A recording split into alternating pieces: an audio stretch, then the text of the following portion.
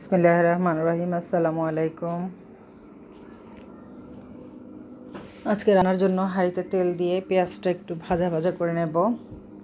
ভাজা হলে সামান্য একটু পানি দেব।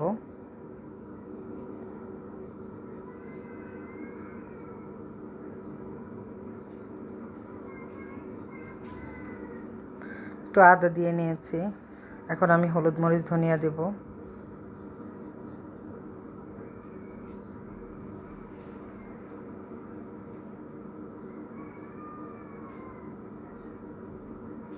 খুব অল্প পরিমাণেই দিচ্ছি।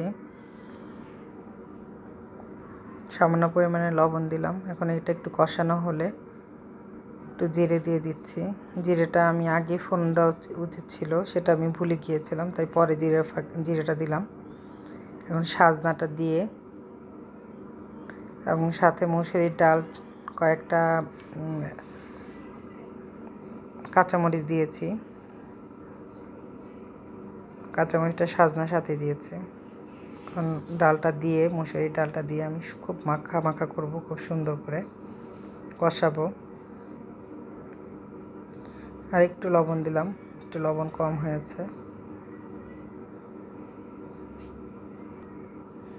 খুব ভালো মতন কষাবো।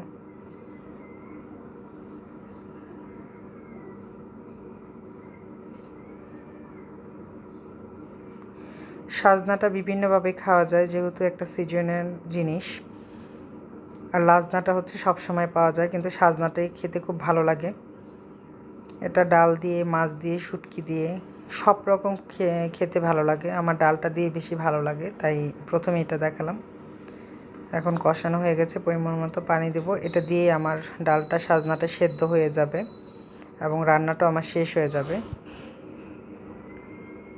এভাবে রান্না করে খাবেন, আমার কাছে খুবই ভালো লাগে, আপনাদেরও ভালো লাগবে।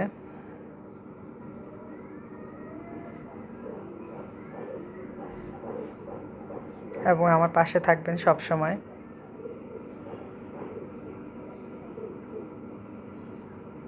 আসসালামু আলাইকুম।